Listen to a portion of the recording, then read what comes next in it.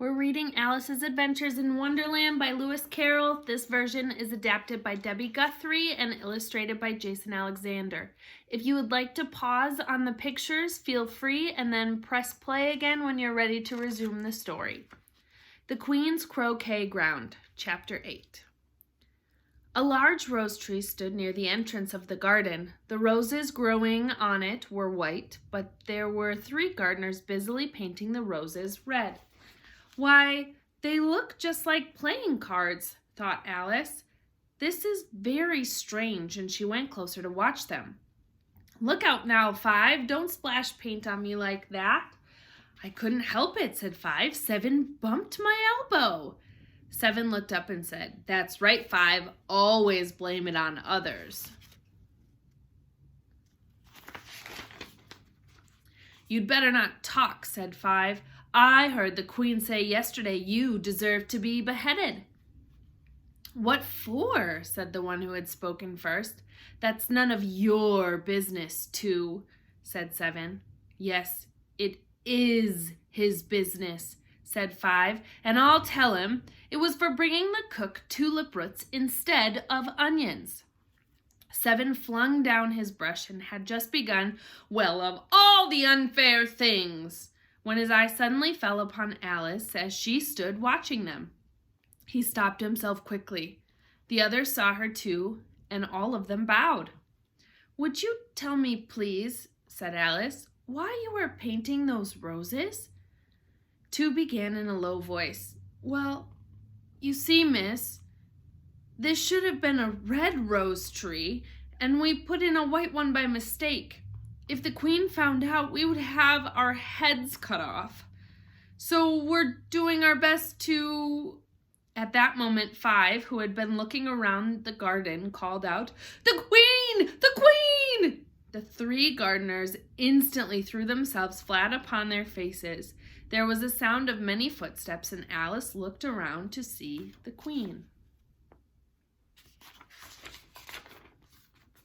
First came 10 soldiers carrying clubs, who also looked like cards, with their hands and feet at the corners.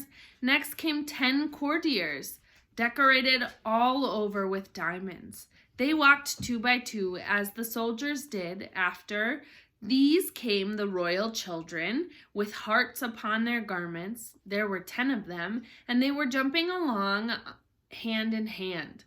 Next came the guests, mostly kings and queens, and among them Alice recognized the White Rabbit. It was smiling at everything that was said and went by without noticing her. Then followed the Knave of Hearts, carrying the king's crown on a red velvet cushion.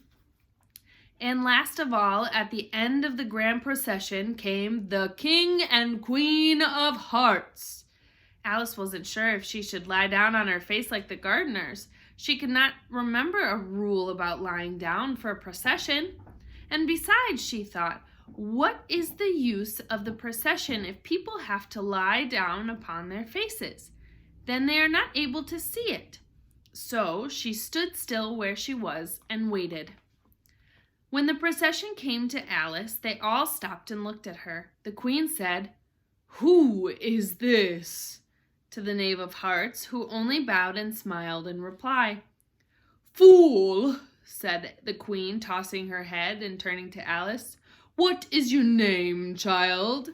"My name is Alice, your Majesty," said Alice very politely as she thought, "Why, they're only a pack of cards. I don't need to be afraid of them."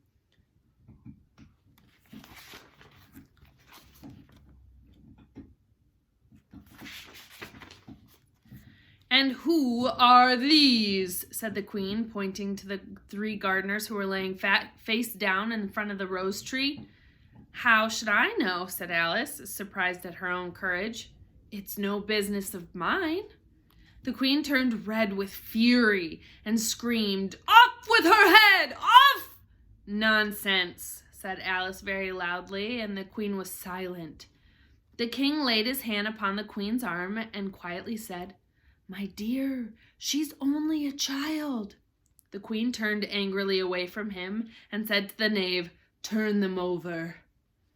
The knave carefully turned them over with one foot. "Get up," said the queen in a loud voice, and the 3 gardeners instantly jumped up. They began bowing to the king, the queen, the royal children, and everybody else. "Stop that!" screamed the queen. "You're making me dizzy." She turned to the rose tree and said, what have you been doing here?" "Your Majesty," said two, down on one knee as he spoke, "we were trying—" "I see," said the queen, who was looking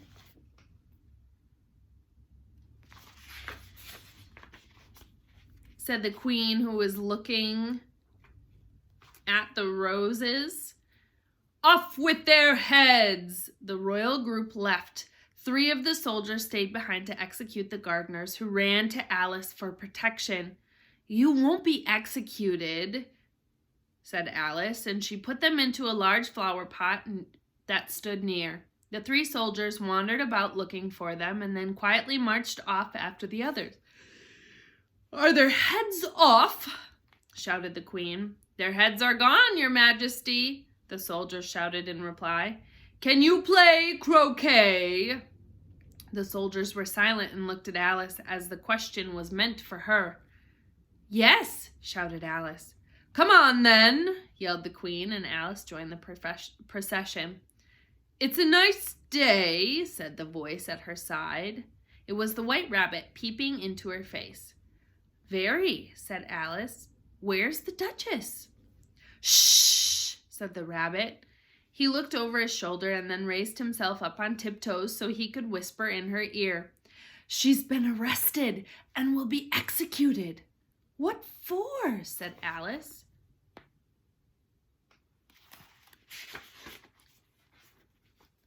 "Did you say, 'What a pity'?" the rabbit asked. "No, I didn't," said Alice. "I said, 'What for?'" "She boxed the queen's ears," the rabbit began. Alice laughed. "Shh," the rabbit whispered. "The queen will hear you.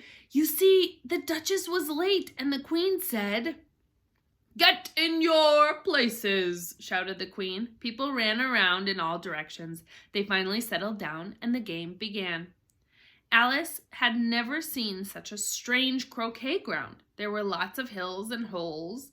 The balls were live hedgehogs, and the mallets were live flamingos. The soldiers stood on their hands and feet to make the arches. Alice tried to hold her flamingo still, but it kept twisting around so it could look at Alice. She couldn't help laughing. When she finally got the flamingo to hold still, she looked down and found that the hedgehog had run away. It was a hard and confusing game. The players played at the same time. No one took turns. They argued about everything, and the queen went stomping around screaming, "Off with his head!" or "Off with her head!" every minute. Alice began to feel very easy. She had not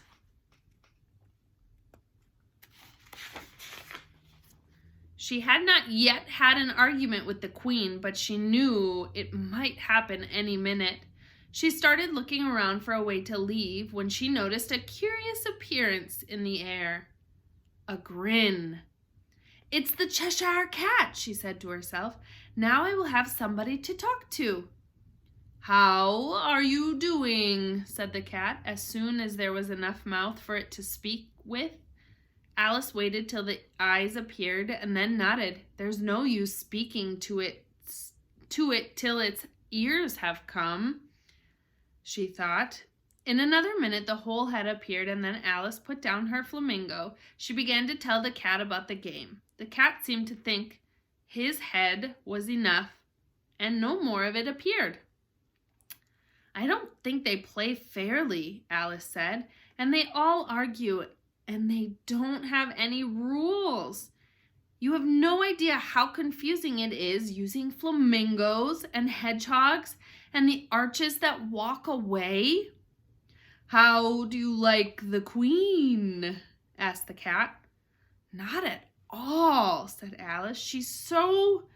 Just then she noticed that the queen was close behind her listening. She went on, likely to win, and it's not worth finishing the game. The queen smiled and walked by.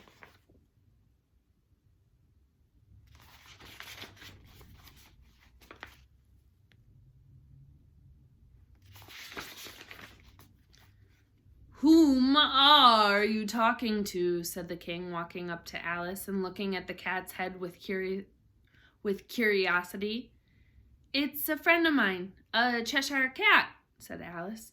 I don't like the looks of it, said the king, but it may kiss my hand if it likes. I'd rather not, the cat remarked. Don't be disrespectful, said the king, and don't look at me like that. He got behind Alice when he spoke. A cat can look at a king, said Alice. I read that in a book somewhere. Well, it must be removed, said the king, and he called the queen. My dear, I wish you to have this cat removed. The queen had one way of settling problems, great or small. Up with his head, she said, without even looking. I'll get the executioner myself, said the king, and he hurried off. He quickly returned with the executioner, and a crowd began to gather around. A disagreement began between the king and the executioner and the queen. They were talking at once while the entire crowd was silent and uncomfortable. Alice asked if she could help settle the question. They all started speaking to her at once, so she found it very hard to know exactly what they said. The executioner's argument was that you couldn't cut off a head unless there was a body to cut it off from. The king's argument was that anything that had a head could be beheaded. The queen's argument was that if somebody weren't done soon, then she'd have everybody executed. Alice could not think of anything else to say, but the cat belongs to the Duchess. You'd better ask her about it. She's in prison, the queen said to the executioner. Bring her here. And the executioner went off like an arrow.